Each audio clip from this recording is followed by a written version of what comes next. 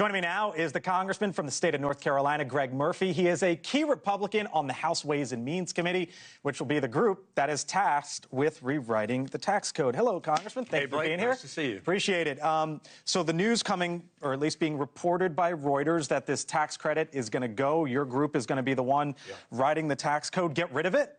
I think so, because if you look at Blake, the whole idea, I think, of the Biden administration for EVs was to cut emissions. Great.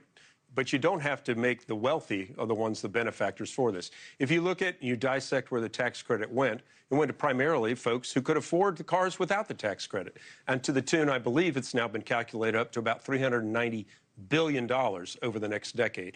It's not needed. It's costly to the American taxpayer, and we need to move on for other forms of energy production. Here's what Elon Musk said on Tesla's conference call earlier this year over the summer about the possibility of these credits going and what that would mean. He said, I guess there would be some impact, but I think it would be devastating for our competitors and for Tesla slightly, but long term, this actually helps Tesla. He's saying there, you saw the numbers for Rivian, that a company like Tesla could withstand that, but essentially suggesting maybe some in Detroit and others might not be able to withstand if those credits go. Yeah, but the American taxpayer and the federal government is not in the business of picking winners and losers. It's in the pick of being good stewards of the taxpayer dollar. This was an absolute disastrous policy, as were many in the IRA, needs to be gotten rid of, and it will work itself out as to what, who's going to pick what, but that's up to the American public. That's up to vehicle competition.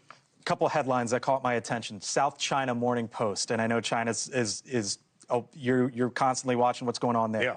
BYD, that's the major electric vehicle maker, to sell the C-Line SUV in Europe in 2025 and sign extra tariffs are no big deal. Yeah. And today, BYD, that's the Chinese electric vehicle company, announced another plant in Hungary. Right.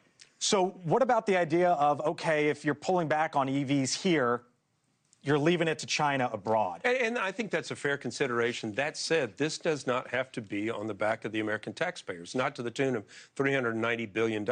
Look at who's purchasing those vehicles. I mean, hell, the average income now, median income for Americans is $55,000, $60,000.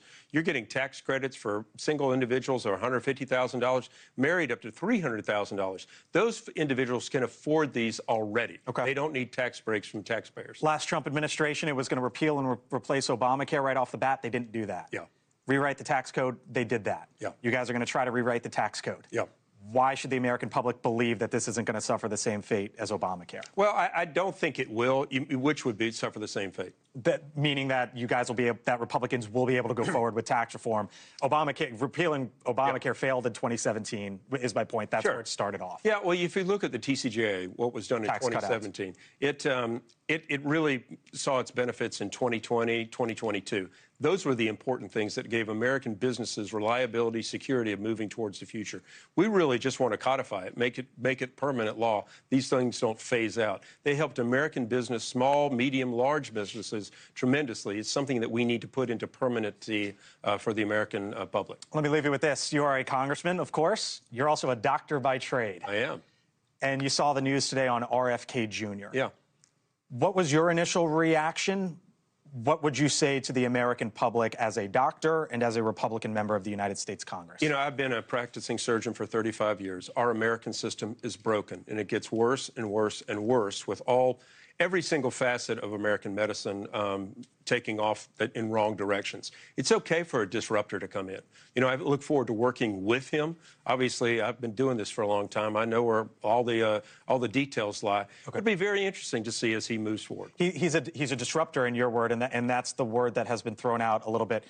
He's a lawyer. A good disruptor. I think a good one, not a bad one. He's a lawyer. What would you say to folks who say, wait a minute, he's a lawyer, he's an environmental activist, this is health and human services. Sure. I'll leave it to him. Sure, yeah, what it takes is a leader to put strong people around them. They don't have to be necessarily subject matter experts. They don't have to. They have to present a vision and let the people who know the subjects really do the hard work moving forward. All right, we'll leave it there. Congressman Greg Murphy from North Carolina. Thank you, sir. Thank you. Appreciate it. See you again.